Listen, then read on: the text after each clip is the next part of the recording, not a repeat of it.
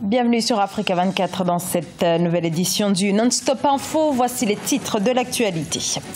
La fronde au sein du Congrès pour la démocratie et le progrès au Burkina Faso à l'approche de l'élection présidentielle. Deux factions s'affrontent. Le congrès du parti qui devait se tenir le 16 juin a même été suspendu. Au sommaire également, la relance de la question de la monnaie unique pour les 15 pays de la CEDEAO. Question posée depuis 30 ans. Quelles avancées pour lever les problèmes de convergence économique et financière entre les États? Réponse à suivre dans ce journal. L'insertion sociale des personnes déplacées en Ouganda, pays d'accueil pour des millions de réfugiés africains. Vous verrez le pari ambitieux de l'accueil à travers le football. Au Burkina Faso, à moins de 2 ans de l'élection présidentielle, le CDP est plus divisé que jamais. Le congrès extraordinaire du parti a même été suspendu par la justice sur demande de membres du bureau politique et des militants. Une rencontre qui devait aboutir à la régularisation du bureau politique national chargé de désigner le candidat à l'élection présidentielle de 2020. Reportage entre correspondants Jean-Paul Ouedraogo. Le Congrès pour la démocratie et le progrès, CDP, parti de l'ancien président burkinabé Blaise Compaoré, en proie à une crise profonde. Un conflit reposant sur les bases légales de la formation du parti divise les militants depuis le report du Congrès extraordinaire initialement prévu le 16 juin 2019 à une date ultérieure. Je reste convaincu que le CDP a les ressources pour remonter. La preuve est que les dernières sorties que nous avons eu à faire dans quelques provinces, il y avait l'engouement et les populations sont sorties nombreuses pour accueillir leur parti de cœur et leur parti de raison. Depuis la reprise de ses activités en 2018, le CDP, malgré l'absence de son leader Blaise Compaoré, continue de mobiliser. Toutefois, il reste éprouvé par un bicéphalisme entretenu au sommet, d'une part par Edi Komboyogo, l'actuel président du parti, et d'autre part par Kadri Désiré Ouedraogo, candidat officiellement déclaré à la présidentielle de 2020. C'est un parti politique qui n'a pas su faire sa mue, maintenant qui emploie des querelles de leadership. Comment est-ce que le CDP va s'en sortir? Bon voilà, tout le monde attend Abidjan, s'attendant à ce que Blaise dise ça va être X ou Y, alors que sur place, il y en a aussi qui disent Blaise doit se conformer à nos choix, Blaise refuse de s'assumer, ou stratégiquement ne s'assume pas parce qu'en tant que militaire, il croit au rapport de force. À l'aune des défis politiques majeurs du moment, ce sont les militants qui semblent être pris au piège par ce conflit de positionnement. Les plus impatients auraient, selon des sources, déjà envisagé la création d'un nouveau parti.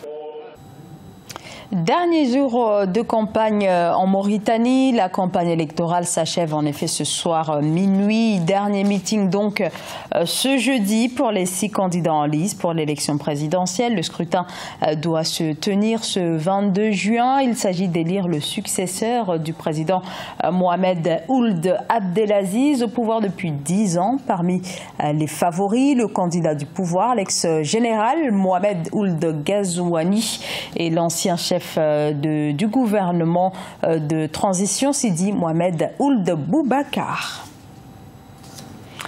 L'Afrique de l'Ouest est-elle prête pour une monnaie unique? Nombreux sont ceux qui plaident pour le remplacement du franc CFA et les autres devises en cours dans la sous-région, mais les obstacles, vous allez le voir, sont encore bien nombreux. Kamesh Katapoulé.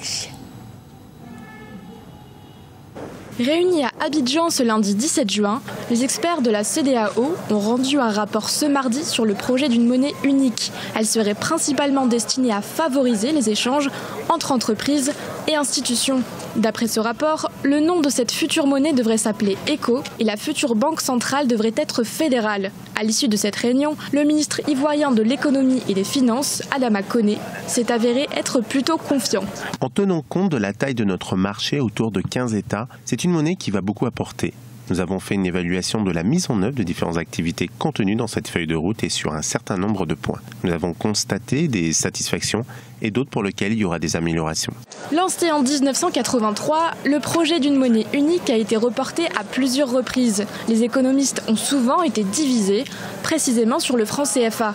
Si certains estiment qu'il est garant d'une certaine stabilité, d'autres l'accusent d'être une monnaie néocolonialiste, trop forte pour certains pays où la situation économique est précaire. Les experts parviendront-ils à trouver un accord ? Pour certains économistes, le projet est pertinent, mais n'est pas réalisable d'ici 2020. D'abord parce qu'il est remarquable que la mise en œuvre du programme de convergence macroéconomique conçu à cette fin n'a pas suffisamment progressé.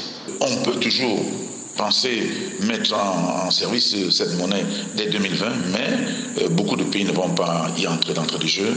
Elles vont peut-être continuer à travailler pour suivre par la suite. Les travaux des experts seront ensuite remis aux différents chefs d'État et de gouvernement de la CEDEAO. Leur prochaine rencontre aura lieu à Abuja, au Nigeria, le 29 juin prochain. Le mobile banking a un marché de 250 millions de clients en Afrique subsaharienne et qui, cette année, devrait générer plus de 1,5 milliard de dollars. Percée donc du mobile money en à peine quelques années pour ce mode de paiement lancé il y a 10 ans dans la Corne de l'Afrique et qui est en train de s'étendre au reste du continent. Le mobile banking qui pourrait bien contourner la faible bancarisation. Illustration au Cameroun dans ce sujet de Nathalie Mo.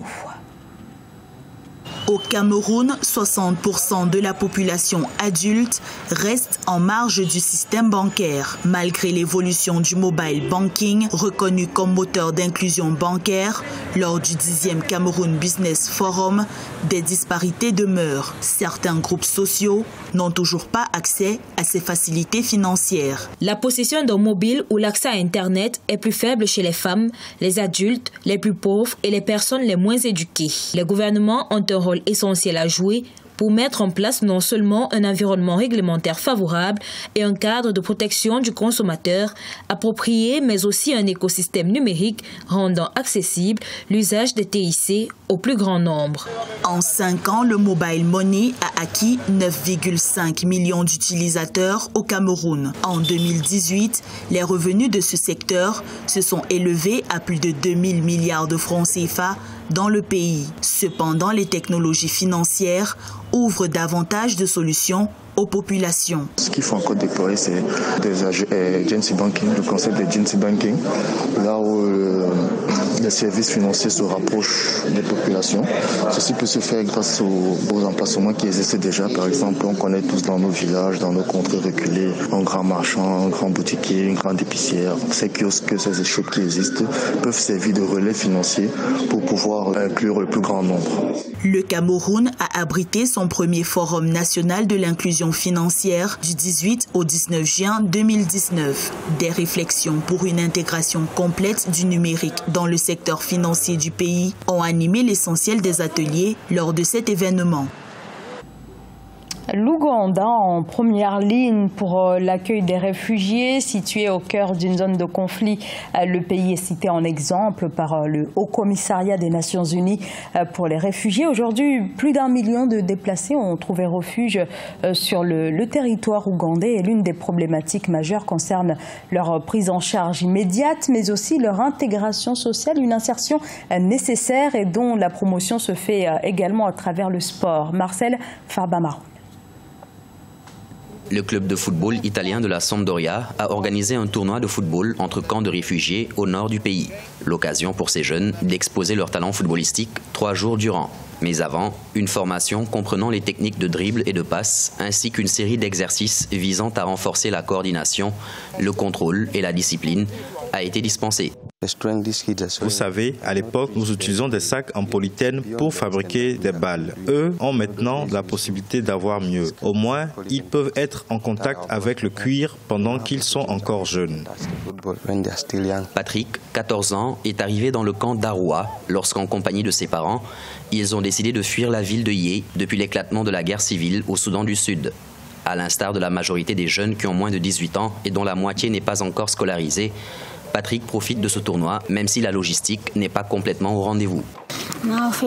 Quand je joue au football, je suis heureux. Je me considère comme un membre important de la communauté et je peux partager mes idées avec d'autres personnes. Dans ma façon de jouer au football, les gens m'appellent Anthony Martial, mais je pense que je joue comme Mo Salah.